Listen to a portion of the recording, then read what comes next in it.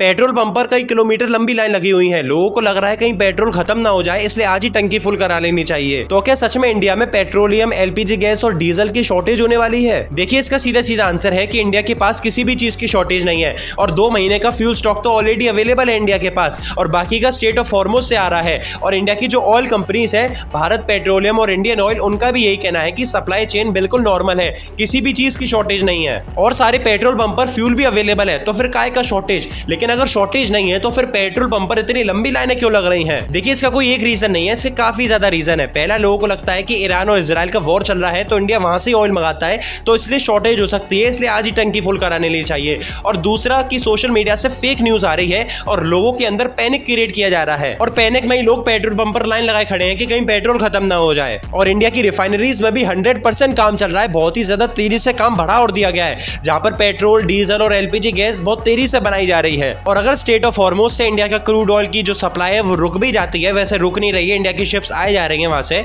लेकिन अगर मान के चलते हैं कि रुक जाती है तो भी इंडिया पे इतना कुछ फर्क नहीं पड़ेगा, क्योंकि सबसे ज्यादा इंडिया क्रूड ऑयल रशिया से खरीदता है और फिर बाद में इन मिडिल ईस्ट की कंट्रीज से खरीदता है। मोटा मोटा आप ये समझिए कि इंडिया में इन सारी चीजों की शॉर्टेज बिल्कुल नहीं हुई है और बल्कि इन सारी चीजों का प्रोडक्शन बढ़ और गया है।